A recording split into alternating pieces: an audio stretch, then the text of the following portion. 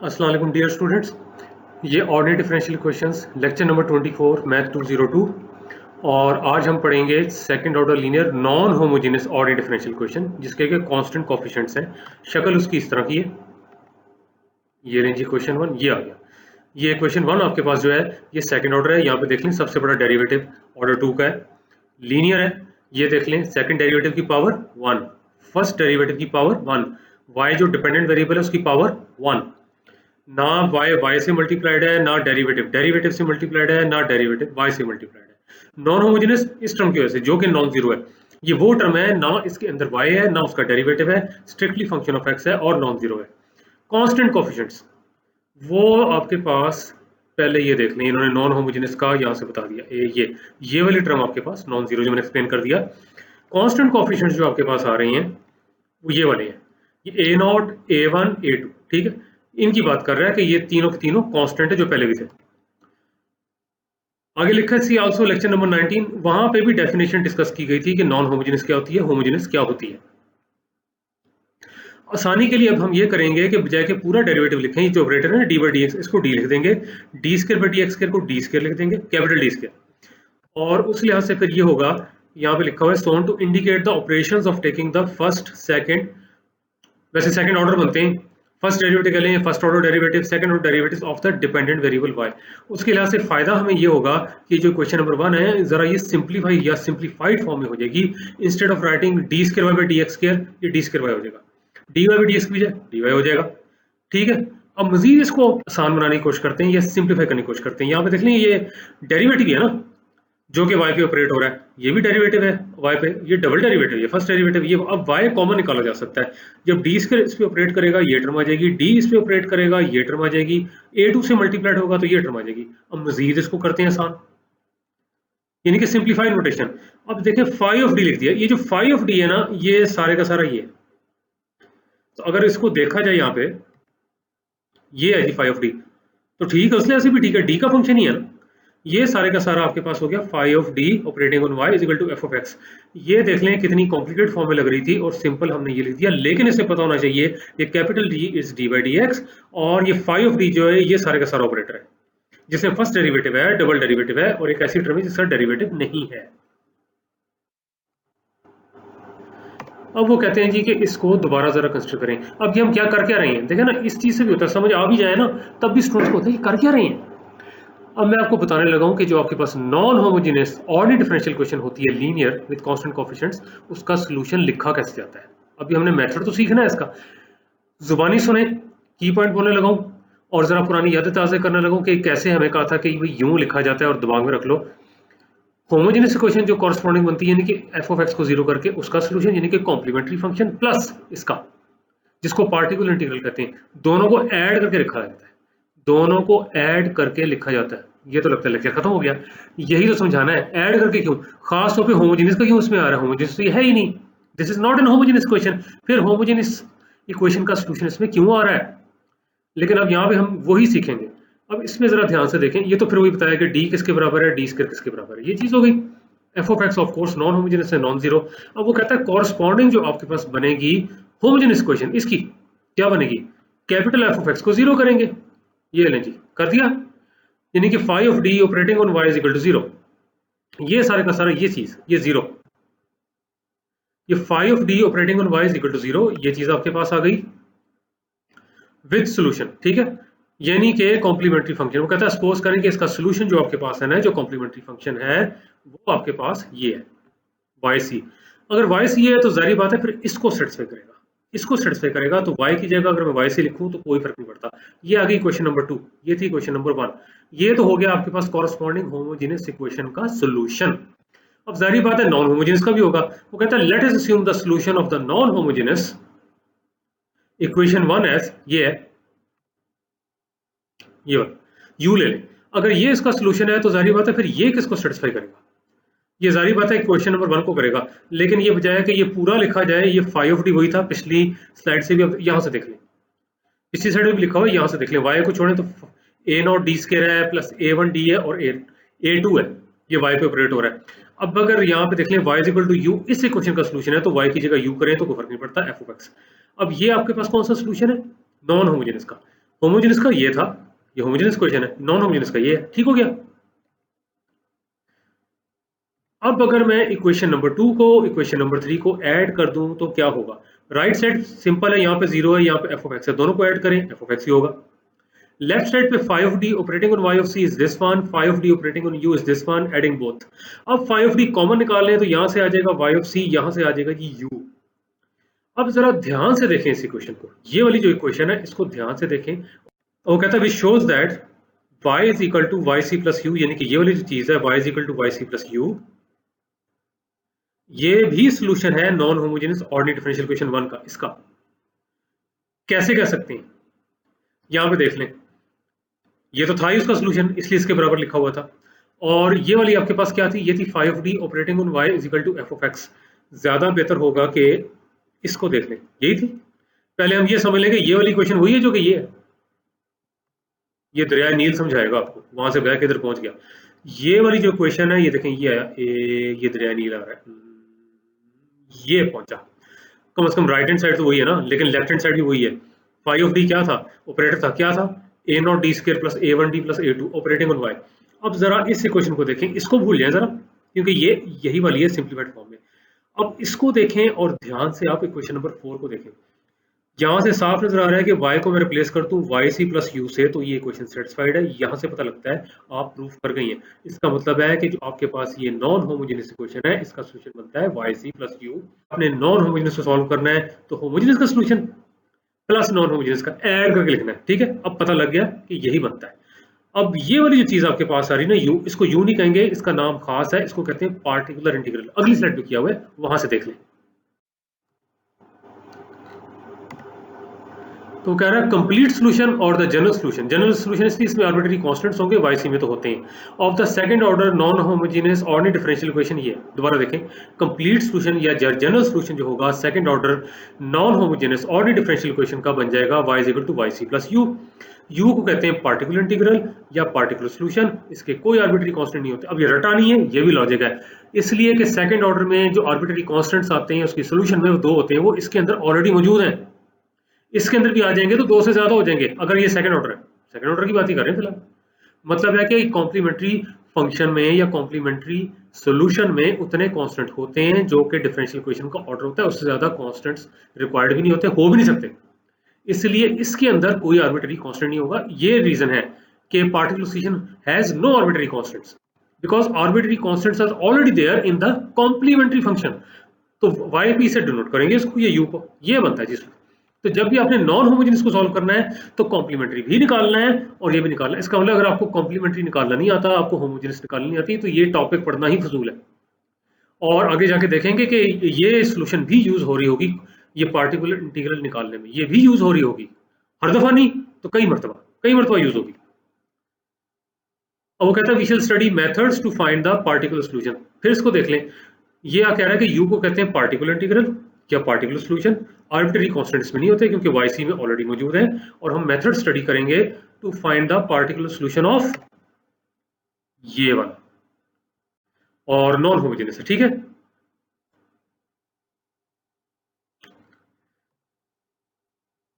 Five of D, ये दोबारा बताया गया आपको कि डी स्क्वायर आपके पास है D square by d x square और ये डी बाई डी एक्स है। तो अब कोई मेथड भी तो हो ना जो सॉल्व करे, अभी तक तो हमने कोई पढ़ा ही नहीं है जो नॉन होमोजेनियस को सॉल्व करे, अभी तक हमने पढ़ा ही नहीं है।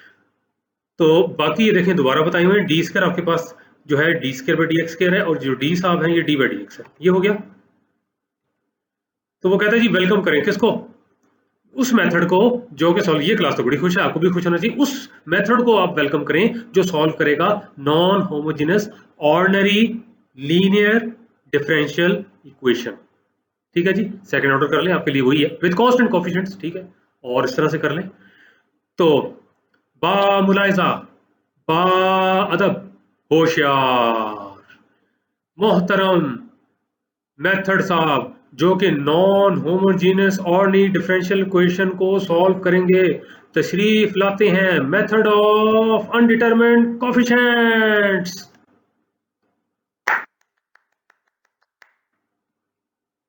ये लीजिए method of undetermined coefficient, page 160, तशरीफ ले आए। और इसमें एक चीज देखिए, अब मैं वही कहता हूँ, थ्योरी अंडरस्टैंड कर लेंगे ना तो यकीन करें आपके लिए बहुत इजी हो जाएगा। पहले छोटी क्लासेस में ये भी इशू है, मैं सिर्फ उन टीचर्स को कह रहा हूँ, रिक्वेस्ट कर रहा हूँ जो इस तरह करते हैं। थ्योरी बतानी चाहिए, ये बड़ा गलत आगे से जवाब होता है, ये एग्जाम में नहीं आती, एग्जाम में नहीं पूछूंगा।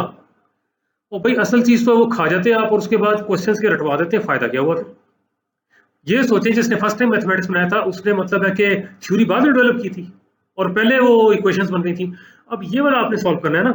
अब मेथड ऑफ अनडिटरमिन्ड कोएफिशिएंट्स में ये जो एफ ऑफ एक्स है या तो एक्सपोनेंशियल होगा जैसे ई रेज़्ड पावर ए एक्स, या साइन कोसाइन होगा। अब की पॉइंट सुन ले, साइन कोसाइन भी इस तरह क्या होगा, sine of B X cos of B X, लेकिन sine B X cos B X B बेशक 1 मिलियन हो लेकिन sine B X cos B X इनकी पावर 1 होगी। ये सब क्लियर होगा। पॉलिनोमियल रिकॉल करें, आपने ये पढ़े हुए हैं पॉलिनोमियल। फॉर एग्जांपल जैसे पी ऑफ एक्स कहते थे ए नॉट है प्लस ए वन एक्स है, फिर ए टू एक्स स्क्वायर है, चलते रहते थे, आखिरी टर्म कहते थे a n x rest power m. Polynomial of degree less than equal to, जुबानी बोले आगे जाके आएंगे। और क्या है, इन सारों का कॉम्बिनेशन भी हो सकता है, सम भी हो सकता है exponential function plus sine cosine plus polynomial, ये सम भी हो सकते हैं, माइनस भी हो सकते हैं। इस तरह का अगर ये एफ ऑफ एक्स है फिर तो ये मेथड ऑफ अनडिटरमिन्ड कोएफिशिएंट्स आपके लिए यूजफुल है। अब यही हमने समझना है, और फौरन तो समझ भी नहीं आना, ये नहीं मैं करूँगा समझ नहीं आना, फौरन नहीं समझ आना। इस लेक्चर में भी कुछ करेंगे, उससे अगले में भी करेंगे, उससे अगले में भी करेंगे, फिर ये मेथड कहाँ फेल होता है, नया कैसे आएगा वो भी समझेंगे। फिलहाल मेथड ऑफ अनडिटरमिन्ड कोएफिशिएंट तो है ये। तो सबसे पहले हम इसको एक्सपोनेंशियल को करेंगे। अगर ये राइट हैंड साइड पे एक्सपोनेंशियल फंक्शन है तो कैसे हमने ये वाला मेथड अप्लाई करना है। ये लें जी, केस 1 आ गया और यहां पे उसने कह दिया है कि ये एफ ऑफ एक्स आपके पास एक्सपोनेंशियल फंक्शन है और वो कहता है सॉल्व और find the particular integral by the method of undetermined coefficient. अब देखिए तो टॉपिक स्टार्ट हो रहा है, एग्जाम में असाइनमेंट में कई बार नहीं बताया होता, सोचना पड़ता है, लेकिन थ्योरी क्लियर होगी तो कोई इशू नहीं है कि पता लगे जी कौन सा मेथड यूज करना है। अब ये देख लें, साफ नजर आ रहा है ये किसने कहा, पी क्यू ए सारे कांस्टेंट है, ए तो ये वाला है, ये पी है, ये क्यू है, आसान वन लिया हुआ है। असल तो मकसद है कि मेथड समझ आ जाए, लेकिन राइट हैंड साइड पे एक्सपोनेंशियल है लेकिन ये कांस्टेंट कोएफिशिएंट्स ही है, ठीक है। अब है कि ये मेथड क्या है, कैसे अप्लाई करना है, अभी तो कुछ सीखा, लेकिन पहले लॉजिक समझने की कोशिश करते हैं। एक चीज तो आप पहले भी देख लें, पहले भी हम होमोजेनियस के लिए ई पावर एम एक्स करते रहे थे ना, हम कह रहे थे जी कि उसको डिफरेंशिएट करने से खास फर्क नहीं पड़ता, एम साथ आ जाता है, एम स्क्वायर साथ आ जाता है। वही लॉजिक यहाँ लगने लगी है। ये देखें, वो कहता है since differentiating an exponential function such as, ये देख लें, e power a x nearly reproduces the same function. देखें नियरली लिखा हुआ है, ये नहीं कहा 100% वही होगा, nearly reproduces the same function. फर्क क्या होता है फिर, a possible change in numerical value of the coefficient, क्योंकि जितनी बार डिफरेंशिएट करेंगे, एक बार करेंगे छोटा ए साथ आ जाएगा, फिर छोटे ए का स्क्वायर आ जाएगा, दोबारा कर देंगे तो यही होगा। तो यही उसने कहा हुआ है, possible change in numerical value of the coefficient. अब इसमें यहां से देखें, ई पावर 2x को करते हैं, पहली बार करेंगे 2 नीचे आ जाएगा, दोबारा करेंगे फिर 2 नीचे आ जाएगा तो 4 आ जाएगा। अब देख लें ई पावर 2x और 4 टाइम्स ई पावर 2x में क्या फर्क है, फंक्शन तो वही है, हाँ कोएफिशिएंट फर्क पड़ गया और तो कोई नहीं ना। अब जरा इसको ध्यान से देखें, अब राइट हैंड साइड पे जो चीज आ रही है एक्सपोनेंशियल है, इसका मतलब उसका सॉल्यूशन कुछ इस किस्म का है कि 2 बार डिफरेंशिएट किया फिर एक बार किया, वो खुद मौजूद है। जो कुछ भी यहाँ पे ऐड माइनस किया, कट कटा के फिर किया, फिर एक्सपोनेंशियल आ रहा है। फिर ये बहुत जरूरी है कि ये भी y एक्सपोनेंशियल ही की शक्ल का होगा। ये y जो है इसका सॉल्यूशन वो भी एक्सपोनेंशियल ही होगा। अब इसमें रटा नहीं है, फिर लॉजिक है। मैं कहता हूँ नहीं साइन क्यों नहीं हो सकता, भाई साइन का डेरिवेटिव एक्सपोनेंशियल कब होता है, पॉलिनोमियल क्यों नहीं होगा, पॉलिनोमियल का डेरिवेटिव कब एक्सपोनेंशियल होता है, जब राइट साइड पे एक्सपोनेंशियल है तो एक्सपोनेंशियल को ही डिफरेंशिएट करेंगे एक बार दो बार तो शक्ल एक्सपोनेंशियल ही होगी। तो इसका मतलब है कि यहाँ पे assumption एक हो सकती है। वो कहता है देयरफॉर वी गेस दैट कि ये सॉल्यूशन हो सकता है, y p equal to capital A times e power ax, capital A भी कांस्टेंट है। और अब देख लें लॉजिक पे लॉजिक है, मैथमेटिक्स सही लॉजिक बेस्ड। अभी हमने बात की थी कि जो पार्टिकुलर इंटीग्रल है उसमें आर्बिट्री कांस्टेंट नहीं आता। आप कहेंगे जी आ तो गया, नहीं ये आर्बिट्री कांस्टेंट नहीं है, ये अननोन या अनडिटरमिन्ड कोएफिशिएंट है जिसको आपने निकालना है। तभी इस मेथड का नाम है अनडिटरमिन्ड कोएफिशिएंट, कैपिटल ए आपने निकालना है। ये अगर वाकई इसका सॉल्यूशन है तो कैपिटल ए की वैल्यू आनी चाहिए। ये कह रहे हैं might be a particular solution of one, और इसके अंदर देखें कैपिटल ए जो है ये है जी अनडिटरमिन्ड कोएफिशिएंट या कांस्टेंट भी कह लें, तभी नाम पड़ा हुआ है मेथड ऑफ अनडिटरमिन्ड कोएफिशिएंट, ये निकालना पड़ेगा। और वो कहता है we want to determine in such a way that 2 will exactly satisfy 1, मतलब है कि वाकई जो है इक्वेशन नंबर 2 ये इसको सेटिस्फाई करे अगर इसका सॉल्यूशन है। जारी बात, फिर कैपिटल ए की वैल्यू आनी चाहिए। और ये मैं बता दूं, ये small p small q small a ये नोन है, ये गिवन है। कैपिटल एक है जिसका नहीं पता, तो ये रीजन बनी है। अब आपने देखें रट्टा नहीं लगाना, आपको लॉजिक पता होनी चाहिए ये क्यों स्यूम किया है, क्योंकि जब राइट साइड पे एक्सपोनेंशियल है तो डेफिनेटली सॉल्यूशन भी एक्सपोनेंशियल टाइप है कि डिफरेंशिएट करने से फर्क नहीं पड़ रहा, कट कटा के कोई फर्क नहीं पड़ रहा। ऐसी ही कोई शक्ल होगी कि फाइनल आंसर ये आ जाए, एक चीज।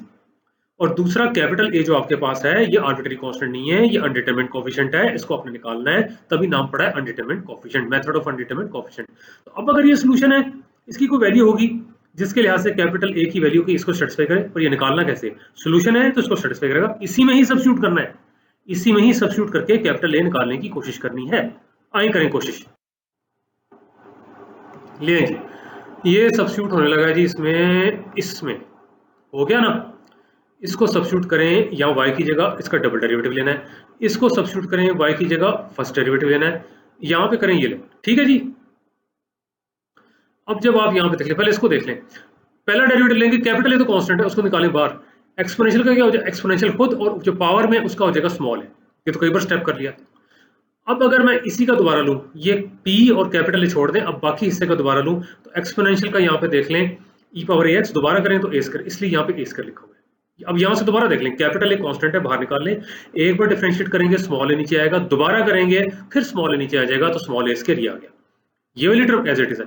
अब वही वाला काम करें यहाँ से कि e पावर ax कॉमन निकालें, पहले भी लेते थे ना, तो यहाँ पे देख लें capital A small a square ये लिखा हुआ है, p times capital A small a ये लिखा हुआ है, q टाइम्स कैपिटल ए ये लिखा हुआ है, ये दोबारा रिप्रोड्यूस हुई है, यही वाली इक्वेशन ये है। लो जी गया, डंडे पै गए, खून निकल आया, कत्ल हो गए, बच क्या गया भाई, ये लें जी, कैपिटल ए निकालना था, अब इसको उठा के यहाँ ले जाए। ये देखिए मैंने ऐसी अजीब गलतियां देखी, देखें इसमें स्टूडेंट्स बुरा ना बनाया करें, जो अच्छे स्टूडेंट्स है माशाल्लाह वेरी गुड, बाकी भी समझें, कैंसिल करते हैं यहाँ जीरो लिख देते हैं, ओ भाई जीरो कैसे आ सकता है, इसका मतलब है दोनों तरफ आपने e पावर ax से डिवाइड किया, और e पावर ax तो वैसे ही आप देखें नॉन जीरो होता है, कितनी बार हमने बात कर ली है, तो यहाँ पे देख लें वो खुद नॉन जीरो और उसी पे डिवाइड करें तो वन आएगा ना, तो इसलिए यहाँ पे वन है, ये कैंसिल हो गया, और कैपिटल ए ये चीज उठा के डिनोमिनेटर में ले जाए, लो जी कैपिटल ए आ गया, मसला हल हो गया। ये जो कैपिटल ए की वैल्यू आई है ये यहाँ पे सब्स्टिट्यूट करें, यहाँ पे सब्स्टिट्यूट करें, ठीक है, यहाँ पे सब्स्टिट्यूट करेंगे तो आपके पास आ गया पार्टिकुलर इंटीग्रल, तभी मैंने आपको कहा था स्मॉल ए स्मॉल पी स्मॉल क्यू ये नोन है, तो ये वैल्यू जो होगी ना ए की विच मेक्स 2, यहाँ पे देखें ये आपके पास लिखा हुआ है कि विच मेक्स 2, और ये वाली जो चीज आपके पास आ रही है ये थी जी 2, ये कैपिटल ए की वैल्यू यहाँ पे सब्स्टिट्यूट कर दें, या यहाँ एक ही बात है, ये ले, अब तो क्लियर नजर आ रहा है, खून की नदी बहा गए, as particular solution of one, ये लिखा which is this as particular solution of one, ये बन जाएगा जी पार्टिकुलर सोल्यूशन, और ये इक्वेशन नंबर 1 का। ओ ये तो मसला होने लगा है, कहता हो सकता है कि ना बने, एक्सेप्शन है, एक्सेप्ट वैसे तो बन गया, लेकिन कब, अगर ये नीचे जीरो हो गया, अब क्या करें, जारी बात है जीरो पे तो डिवाइड नहीं मैं कर सकता, जीरो पे मैं डिवाइड नहीं कर सकता, अगर ये नीचे जीरो आ जाता है ना तो फिर नहीं हो सकता। अब एक बात जरा सुन ले, देखें जब मैं ऐसे कहता हूँ ना, एक बात सुन ले, गौर से सुना करें, हो सकता है, मैं तो चाहता हूँ सारे स्टूडेंट्स यहीं से समझ आया करें, यहीं से बात बन जाए आपकी, जो हमने आगे जाके डिटेल में करना है, अभी टॉपिक शुरू हुआ है इसलिए सारा स्टेप करना पड़ा है। क्वेश्चन जब आप करेंगे तो ये आप शुरू में देख सकते हैं, ये कहीं जीरो तो नहीं आ रहा, आप कहेंगे ये कैसे देख सकते हैं, ऑक्सिलरी इक्वेशन देखें इसकी क्या बनेगी, ध्यान से देखें, m के लिहाज से कर लें, m square plus pm plus q, तो यहाँ पे देख लें अगर m ये जो a है, अगर m is equal to a है, ये स्मॉल a है, ये आपके पास ऑक्सिलरी इक्वेशन का रूट है, तो यहाँ पे m स्क्वायर था तो यहाँ पे a स्क्वायर बन जाएगा, यहाँ पे pm था तो यहाँ पे pa बन जाएगा, यहाँ पे q, तो अगर यहाँ पे देख लें यही रीजन आगे लिखी हुई है, ये मैंने जुबानी बोल दी है, तो जब आप क्वेश्चन करेंगे तो शुरू में देख सकते हैं, यहाँ तो करके पता लगा ना, क्योंकि स्टार्ट में तो ऐसे चलता है। तो अब देखिए मैंने आपको वजह ही बता दी है कि ऐसा ना हो कि ये जीरो हो जाए, जीरो तब होगा अगर आपके पास ये रीजन आ रही है, दिस एक्सेप्शन अराइजेस विद, ये छोटा ए जो है as root of auxiliary equation, ये लेंगे, यही बनती है ऑक्सिलरी इक्वेशन, जुबानी बोली थी ना मैंने, मतलब मैंने कहा था जो डेरिवेटिव का ऑर्डर है वही m की पावर है, जब e पावर mx सब्स्टिट्यूट करते थे होमोजेनियस इक्वेशन में, यहाँ पे pm आता था, यहाँ पे तो डेरिवेटिव लिया नहीं जाता था, तो यहाँ पे सिर्फ आपके पास q आता था, तो यहाँ पे क्योंकि यहाँ पे e पावर mx कैंसिल होता था, उस्मानी बोल रहा हूँ। अब यहाँ पे देख लें अगर वाकई m is equal to a solution है तो ये आपके पास क्या आ जाएगा, a स्क्वायर, आ जाएगा pm, तो पता लग गया ना, लेकिन काम तो खराब हो गया ना, इसका मतलब अगर ये जीरो है तो फिर ये सोल्यूशन नहीं है, तो यहाँ पे कहता है कि एक्सेप्शन तब होगी अगर स्मॉल a ऑक्सिलरी इक्वेशन का रूट होगा of the corresponding homogeneous equation, कौन सी है जी? Corresponding homogeneous equation. इसको गायब कर दें, ये इसको जीरो नहीं किया, देखिए अब कंफ्यूजन हो जाए, जीरो नहीं किया। होमोजेनियस इक्वेशन में right hand side corresponding homogeneous कह रहा है, ये नहीं कि इसको जीरो कर दिया, ये तो होता ही नहीं जीरो। ये वाली चीज आपके पास आ रही है, कॉरस्पॉन्डिंग होमोजेनियस में ये टर्म नहीं होगी, ऐसी टर्म नहीं होगी जो स्ट्रिक्टली एक्स का फंक्शन होगी। ये आ गया। इसका ऑक्सिलरी इक्वेशन ये बनती है, अगर m is equal to a root है फिर ये बनता है, इसका मतलब ये नीचे वाली टर्म होगी जीरो। अगर नॉन जीरो है तो बात बन गई, अगर जीरो है तो बात नहीं बनी। क्यों नहीं जीरो और क्यों जीरो आ रहा है, ये रीजन है। अब करें क्या? ओ तेरी ऐसी तेरे तो फंस गया। What do I do now? तो मदद करो भाई, मजाक बनाया हुआ है। ओ तेरी ऐसी तैसी। ये करेक्टर्स क्या था आपको याद हो? लॉरेन हार्डी, बड़ी दुनिया को इन्होंने हंसाया है।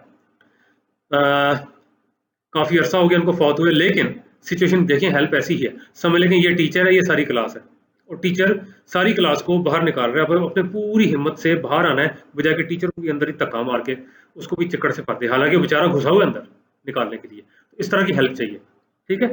हेल्प आ रही है, अगली स्लाइड पे देखें। सी खुश भी आंखें खोलो, दिमाग खोलो। ये ज्यादा बेहतर है कि इन आंखों की बजाय अल्लाह ये आंखें भी सलामत रखे, दिमाग की आंखें खोले। अब इजी वे आउट, रिकॉल। अब देख ले, रिकॉल मेमोरी टेस्ट नहीं होना चाहिए, अंडरस्टैंडिंग टेस्ट होना चाहिए। वो कहता है लेक्चर नंबर 21 में हमने कुछ पढ़ा था, लेक्चर नंबर 21 में, where we learn that for an auxiliary equation with equal roots the second linearly independent solution of the homogeneous equation is obtained by multiplying with x. लंबा चौड़ा हमने पढ़ दिया। बात सिर्फ ये इतनी कर रहा है कि जब देख लें, सपोज करें आपके पास आया था m इज इक्वल टू 2 2, तो कैसे लिखते थे? c1 प्लस c2x, सारे को मल्टीप्लाई करते थे e पावर 2x। तो एक इक्वेशन थी e पावर 2x, दूसरी थी x times e power 2x। याद आ गया? देखें दिमाग से निकल गया तो कोई बात नहीं, अगर आपने लेक्चर नंबर 21 समझा हुआ तो वेल एंड गुड, उसको दोबारा देख लीजिएगा।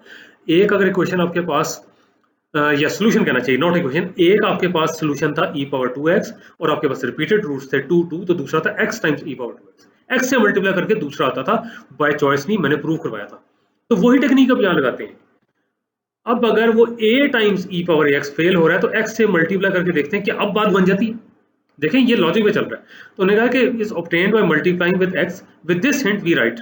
मैंने बता भी दिया आपको सारा, बजाय कि मैं यहाँ से पढ़ के जब चला जाता, मैंने बता दिया कि रिपीटेड रूट्स में अगर 2 2 थे तो आप लिखते थे c1 plus c2x times e power 2x, और यहाँ पे देख लें e पावर 2x का एक सोल्यूशन होता था जो c1 से मल्टीप्लाई हो रहा था, c2 के साथ होता था x times e power 2x, तो x से मल्टीप्लाई करके दूसरा आता था। इसको भी x से मल्टीप्लाई करके देख लेते हैं, क्या बात बन जाती है? अगर ये सोल्यूशन है कैपिटल ए तो अभी भी निकालना है, इसको अब फिर इसके अंदर सब्स्टिट्यूट करना पड़ेगा। y की जगह अब सब्स्टिट्यूट करेंगे x टाइम्स कैपिटल ए e पावर x, इसको करना है। इसको यहाँ पे देख लें, ये y ये सब्स्टिट्यूट किया हुआ है, डबल डेरिवेटिव, ये y यहाँ पे किया हुआ है, फर्स्ट डेरिवेटिव, ये y यहाँ पे किया हुआ है। अब इसको डिफरेंशिएट करना है, ठीक हो गया जी? ध्यान से करना है। कैपिटल ए को यहाँ पे रखो, ये चीज आपके पास आ गई। अब यहाँ पे अंदर आपने कौन सा फॉर्मूला लगाना है? Product rule. First function derivative of the second e power ax into a, ये e पावर ax का डेरिवेटिव हो गया। Second function derivative of the first, x का डेरिवेटिव हो गया 1। अब यही चीज यहाँ पर आ रही है, वही चीज थी ना, इसको एक बार फिर डिफरेंशिएट करना है। ये वाली टर्म एज इट इज है, ये वाली टर्म एज इट इज है। इसको जब आप डिफरेंशिएट करेंगे फिर इस पे प्रोडक्ट रूल लगा दें। यहाँ पे first function derivative of the second e power ax into a, वो a स्क्वायर हो जाएगा, ये देख लें, एक a पहले मौजूद था, plus a times e power ax derivative of the first, x का डेरिवेटिव 1। अब इसका भी डेरिवेटिव लेना है, e power ax times a। अब ये देखने मैंने डिटेल नहीं दे रहा, एक्सपोनेंशियल की काफी बार दी है। यहाँ पे देख लें, अब इधर भी आपने जब ये चीज एज इट इज है, ये वाली चीज इधर है, ठीक है, ये भी एज इट इज है, ये एज इट इज है। अब जरा रीअरेंज करना है, देखें कैसे किया हुआ है, अगले स्टेप में देखते हैं। इसको रीअरेंज करना है। रीअरेंज इस तरह से इन्होंने किया हुआ है कि x वाली टर्म ये देख लें, यहाँ पे मुझे x नजर आ रहा है, यहाँ पे भी नजर आ रहा है, यहाँ पे भी, ये इकट्ठी की। ऊपर देख लें कौन सी है, एक तो ये है x times small a square e power ax this, ये लिखी हुई है, और x की टर्म ये वाली है, यहाँ पे a भी लिखा हुआ है, x लिखा हुआ है, a लिखा हुआ है, e पावर x ये लिखी हुई है, और x की टर्म ये वाली है, यहाँ पे qx लिखा हुआ है, capital e raised power ax लिखा हुआ है। ये तीनों टर्म आ गई, this one and this one. बाकी कौन सी, इन दोनों को ऐड कर दें, ये आ जाएगा ट्वाइस स्मॉल है e power ax into capital A, ये है वो, ठीक हो गया। बच कौन सी गई है? बच गई आपके पास दिस टाइम्स दिस, ये ap e power ax is equal to this, ये होगी, ठीक हो गया। तो ये सारा मैंने आपको बता दिया कि ये क्वेश्चन अब कैसे आ रही है। इसी क्वेश्चन को ही रिप्रोड्यूस करेंगे अगली स्लाइड के टॉप पे। 5 टर्म है, 1 2 3 4 5।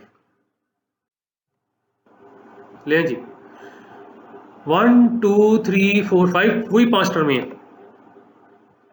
अब देखें x, ये पहली 3 टर्म को देखें, बल्कि कैपिटल ए यहाँ पे कॉमन है, स्मॉल x कॉमन है, e पावर ax भी कॉमन है। x small x e power ax common, यहाँ से आ जाएगा सिर्फ a square. Small x e power ax capital A common, यहाँ से आ जाएगा p, ये p साहब भी आ गया, पर्सनल असिस्टेंट भी आ गया। अब यहाँ पे आ जाएगा स्मॉल q, बाकी सारा x e power ax capital A, ये a और ये यहाँ पे लिखा हुआ है। इधर से क्या कॉमन है, यहाँ से भी e पावर x कॉमन है, कैपिटल ए कॉमन है, यहाँ से आ जाएगा 2a, ये चीज आ जाएगी 2 इंटू स्मॉल है और ये p। अब जरा रिकॉल करें, ये तो जीरो था, यही तो सारा मसला था, ये जीरो हुआ था तभी तो हमने इस मेथड पे गए थे, तो ये तो जीरो हो जाएगा। ये ले अलग अलग दोबारा बताया हुआ है, ये वाली टर्म ये वाली है, कैसे फिर देख लें। ये ए स्क्वायर यहाँ पे लिखा हुआ है, बाकी कहाँ है, कैपिटल ए ये लिखा हुआ है, एक्स ई पावर एक्स ये लिखे हुए हैं। अब ये p टाइम्स a ये लिखा हुआ है, कैपिटल ए यहाँ पे लिखा हुआ है, एक्स ई टाइम्स ए एक्स ये लिखा हुआ है। उसके बाद यहाँ पे देखें, कैपिटल ए आपके पास ये लिखा हुआ है, एक्स ई पावर एक्स ये लिखा हुआ है और q ये लिखा हुआ है। ले जी अब इसको देखें, ये वाला जो आपके पास है कैपिटल ए ये बाहर लिखा हुआ है, 2a अंदर है, e पावर एक्स बाहर है। अब इसको देख लें, कैपिटल ए आपके पास ये लिखा हुआ है, p आपके पास ये लिखा हुआ है, e पावर एक्स ये लिखा हुआ है। ठीक है, दोबारा एक्सप्लेन हो गया ये। अब ये तो जीरो था, यही तो सारा मसला था, क्योंकि आपके पास a जो था ऑक्सिलरी क्वेश्चन का रूट था, और यहाँ पे देख लें ये तो हो गया जीरो, बच क्या गया फिर, ये रह गया this equal to this, e power x cancel कर दें, हो गया। अब कैपिटल ए क्या आ रहा है, ये 2a प्लस p, इसको इधर यहाँ पे डिनोमिनेटर में ले जाए, ये आंसर आ रहा है, ये लें जी। अब ये a की वैल्यू आपके पास आ रही है, कहता है this value of capital A makes 5 which is 5 क्या था भाई, ये था ना, ये ज़ूम किया था। इस कैपिटल ए को यहाँ सब्स्टिट्यूट करते हैं, ये बन जाएगा particular integral provided same thing कि अब नीचे जीरो ना आ जाए, एज पार्टिकुलर सोल्यूशन ऑफ 1, मतलब कि इसको आप यहाँ पे सब्स्टिट्यूट कर दें और ये बन जाएगा पार्टिकुलर सोल्यूशन ऑफ 1। ठीक है, ये हो गया, लेकिन ये नीचे जीरो ना आ जाए। अब कहेंगे जी अब कैसे पता लगेगा, ये तो नजर आ रहा था ऑक्सिलरी इक्वेशन है उसका रूट है, ये कैसे पता लगेगा, अभी भी ऑक्सिलरी इक्वेशन का रूट है लेकिन डबल रूट है, रिपीटेड रूट है। अब समझते हैं कैसे। वो कहता है जी एक्सेप्शन तब आएगी when small a as double root, small a जो आपके पास है ये डबल रूट हो जाएगा या रिपीटेड रूट हो जाएगा, ये देख लें डबल रूट हो जाएगा या रिपीटेड रूट हो जाएगा ऑक्सिलरी इक्वेशन का। तो कहेंगे जी ऑक्सिलरी इक्वेशन तो ये बनती है ना, यहाँ से देख लें ऑक्सिलरी इक्वेशन तो यही बनती है, डिफरेंशियल इक्वेशन बेशक यहाँ पे नहीं लिखी हुई, लेकिन यहाँ से कहीं से भी आप देख लें, डिफरेंशियल इक्वेशन यहाँ पे नहीं लिखी हुई लेकिन उसको देख लीजिएगा, उसकी ऑक्सिलरी इक्वेशन यही बनती है। पहला जो आपके पास टर्म थी वो डबल डेरिवेटिव वाली थी, वहां से m स्क्वायर आ रहा था, दूसरी टर्म थी p times the first derivative, वहां से ये टर्म आ रही थी, और थर्ड टर्म थी q टाइम्स y, वहां से ये टर्म आ रही थी। तो ये कहता है this exception arises when small a as double root और repeated root of the auxiliary equation. यहाँ पे स्मॉल है आपके पास डबल रूट आ रहा है या रिपीटेड रूट आ रहा है ऑक्सिलरी इक्वेशन का, ये चीज आपके पास आ गई। अब इसको सॉल्व कर लें, क्वाड्रेटिक इक्वेशन यहाँ पे लगा लें, क्वाड्रेटिक फार्मूला, क्वाड्रेटिक इक्वेशन, ठीक है क्वाड्रेटिक इक्वेशन लगी है यहाँ पे, क्वाड्रेटिक इक्वेशन का जो सोल्यूशन है यानी कि क्वाड्रेटिक फार्मूला वो लगा यहाँ पे। तो कैसे होता है, हम करते हैं माइनस, ये देखें अगर ये फिर दिमाग में है कि जी मैं क्वाड्रेटिक फार्मूला यहाँ पे नहीं लिखा हुआ, वो था आपके पास lecture number 22 slide number 6, lecture number 22 slide number 6। मैंने ये कहा था कि पढ़ना इसको ऐसे है, minus coefficient of m plus minus under root और कोफिशिएंट ऑफ m का स्क्वायर करना है minus 4 times coefficient of m square, और यहाँ पे q, ये चीज आ गई, और ऊपर डिवाइड करते हैं इसको 2 पे, m स्क्वायर का कोफिशिएंट ऑफ 1 यहाँ पे 2, ठीक हो गया। अब ये इसके बराबर कैसे आ गया, अब देखें ये वाकई इंटर का ही आपके पास टॉपिक आ गया, जब डबल रूट होता है ना या रिपीटेड रूट होता है, रिपीटेड तब होता है जब ये चीज जीरो, यानी कि ऐसी चीज प्लस कर रहे हैं या ऐसी चीज माइनस कर रही हैं कि फर्क नहीं पड़ रहा, वो तो जीरो ही हो सकता है। इसको कहते हैं डिस्क्रिमिनेंट, जो अंडर रूट के अंदर होता है that is called discriminant. p square minus 4q zero हो जाता है, जब ये जीरो हो जाएगा तो हो जाएगा माइनस p/2, ये लिखा हुआ है यहाँ पे, ये ले ठीक हो गया, p square minus 4q zero, ये यहाँ पे लिखा हुआ है। तो बच क्या गया फिर, ये आपके पास जब रिपीटेड रूट होता है तो ये डिस्क्रिमिनेंट होता है, p स्क्वायर माइनस 4q वो जीरो होता है। वैसे अगर आपने जनरल प्री वो रिकॉल करना है तो b स्क्वायर माइनस 4ac जो डिस्क्रिमिनेंट होता है अंडर रूट के अंदर वाला, ये जीरो हो गया।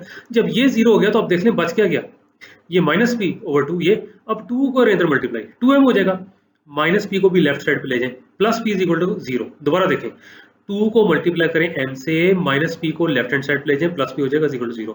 अब सीधी सी बात है, अगर a डबल रूट है तो वो इस इक्वेशन को भी सेटिस्फाई करेगा, तो ये आ जाएगा 2a plus p equal to 0। अगर m is equal to double root है, मतलब है कि वो पहली बात है कि अगर वो सिंगल रूट था, या मतलब है कि सिंगल रूट से मुराद के वो डिस्टिंक्ट रूट था, लेकिन जस्ट रूट था, लेकिन डबल रूट है तो डिस्टिंक्ट रूट्स में तो इसको सेटिस्फाई कर रहा था, डबल रूट है तो जाहिर बात अब इसको सेटिस्फाई करेगा, क्योंकि ये तो केस ही डबल रूट का, जब डिस्क्रीमेंट 0 है तो m को जब a लिखेंगे तो 2a प्लस p 0 हो जाएगा, तो 2a प्लस p 0। अब देख लें, अब पता लग जाएगा आपको कि ये क्या खता खुला है, मतलब कि अगर डबल रूट है फिर ये टर्म फिर 0 हो जाएगी। वही मैं कह रहा हूँ ना, अभी टॉपिक चल रहा है, आइंदा आपको खुद ही पता लग जाएगा, आप जब निकालेंगे ना उसको, किसको भला, होमोजेनियस कॉरेस्पॉन्डिंग होमोजेनियस इक्वेशन का सॉल्यूशन, तो खुद ही पता लग जाएगा कि जी ये जो राइट साइड पे e पावर ax था, इसमें जो छोटा a था ये वाला, ये कहीं रूट तो नहीं आ रहा था ऑक्सिलरी इक्वेशन का, अगर आ रहा था क्या डिस्टिंक्ट आ रहा था, रिपीटेड आ रहा था, अगर नहीं आ रहा था जिंदाबाद, फिर तो capital A times e power ax वही बात बना देगा। अगर उसका मतलब है कि डिस्टिंक्ट रूट आ रहा है, x से मल्टीप्लाई कर देंगे, डबल रूट आ जाएगा तो फिर अब x स्क्वायर से करेंगे, मतलब ये भी बात नहीं बनेगी, अब x फिर वही टेक्निक लगाएंगे, इसको फिर x से कर देंगे उल्टा ही, तो इसको फिर दोबारा x से मल्टीप्लाई कर देंगे तो हो जाएगा x square a e power x। ये अगली स्लाइड पे किया हुआ है जो मैंने बता दिया। यहाँ आपको समझ आना चाहिए कि क्यों उसने कहा था कि डबल रूट होगा तो ये 0 होगा, ये मैंने यहाँ समझा दिया।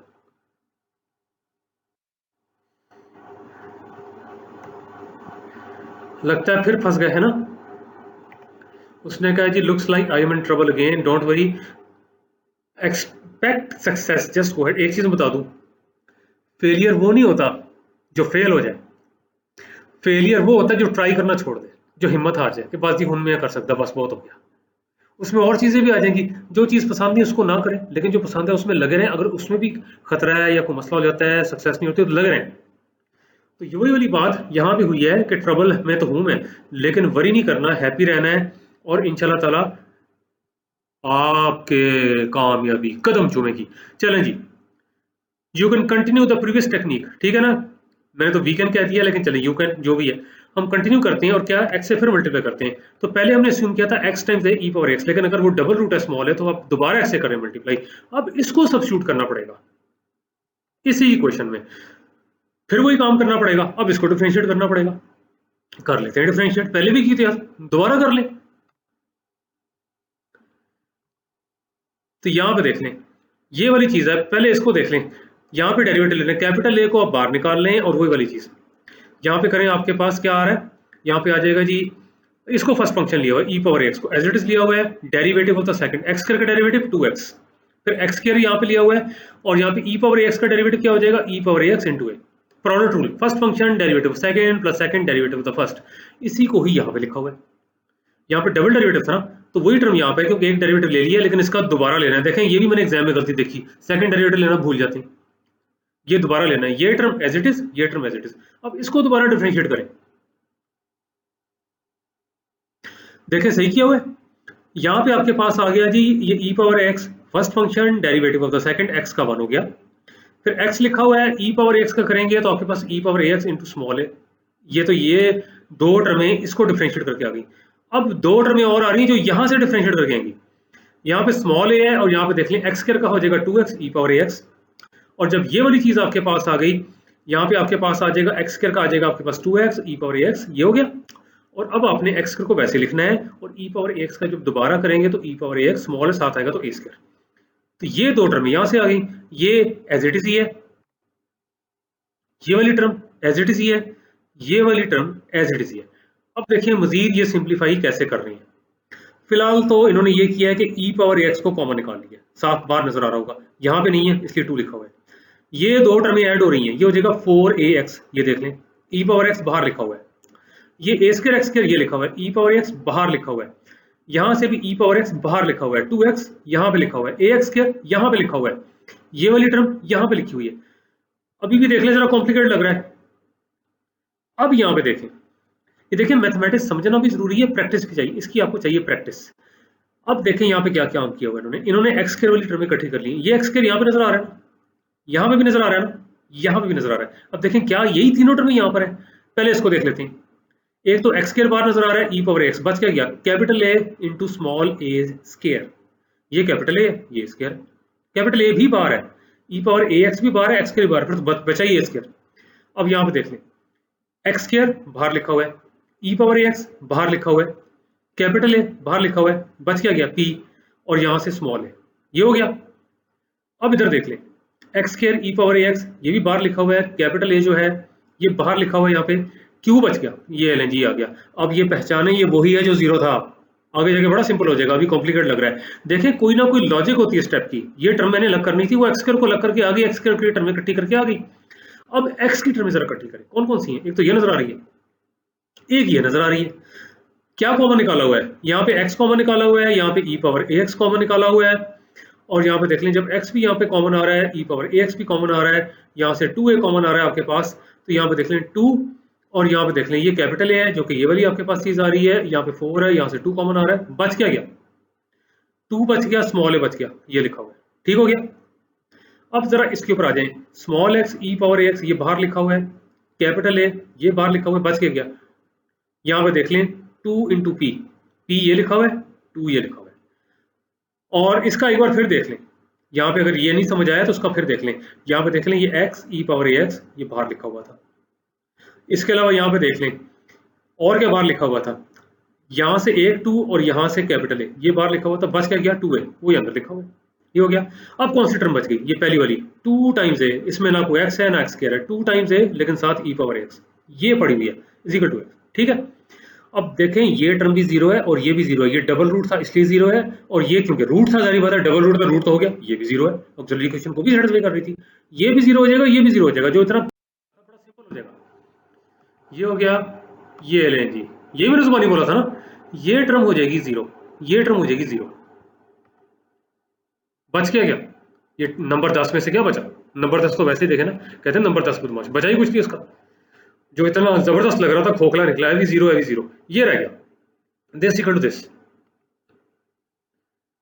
ये जी बता दिया कि ये वाली टर्म जीरो है, यहां से बता दिया कि 2a प्लस बी ये भी जीरो है, ये जी नेजे पड़े 2 e पावर एक्स गया, ए क्या आ गया 1/2, यहाँ पे देख लें यहाँ पे 1 और ये, अब देखें कोई इशू नहीं है, अब कोई इशू ही नहीं है कि जी डिनोमिनेटर में जीरो हो जाए, मैं नहीं कह सकता 2 कब जीरो हो सकता, 2 तो 2 है भाई, मसला हल हो गया, इसके बाद अब कोई मसला नहीं है। अब ये आपके पास कैपिटल ए की वैल्यू आई है 1/2, इसको यहाँ पे सब्स्टिट्यूट कर देना, this is the particular integral. अब देख लें यहाँ पे कोई आर्बिट्री कांस्टेंट नहीं है, ना स्मॉल है, ये भी गिवन होगा, मैंने तो जनरल कराया क्वेश्चन में 2x 3x जो भी होता है कैपिटल ए निकला है आपके पास, ये आपके पास आ गया, तो सेलिब्रेट तो करना बनता है, ये बन गया जी आपके पास पार्टिकुलर सोल्यूशन ऑफ 1, ये थी जी 1, देख लें ये आया तीर, ये थी क्वेश्चन नंबर 1, और ये निकला इसका पार्टिकुलर सॉल्यूशन तब जब स्मॉल ए खैर से डबल रूट था ऑक्सिलरी इक्वेशन का, of the corresponding homogeneous equation, तो सेलिब्रेट करना बनता है, कर लो, ये लो जी। अब कहता है नो फर्दर एक्सेप्शन, क्योंकि मैंने कहा 2 तो जीरो नहीं हो सकता, फाइनली सक्सेस, याहू, उन धक्का ना मार देना भाई, ठीक है जी, खुद भी वहां पूछने की कोशिश करो, धक्का ना मार देना, ना ही जेलस होना, लो जी सक्सेस होगी, मुबारक हो।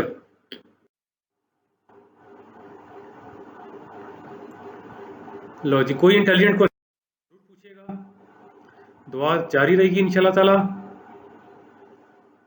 इस दुआ में ये भी शामिल है कि अल्लाह ताला कोरोना वायरस से भी निजात दिलाए, आमीन। अल्लाह करे तो 100 साल बाद भी लेक्चर्स लोग देखते रहे, कोई याद आएगा, नहीं इतना पुराना है, कोरोना वायरस कुछ हुआ था कभी। अच्छा जी, ये लेक्चर नंबर 24 आपका खत्म हो गया, अब मुलाकात होगी लेक्चर नंबर 25 में।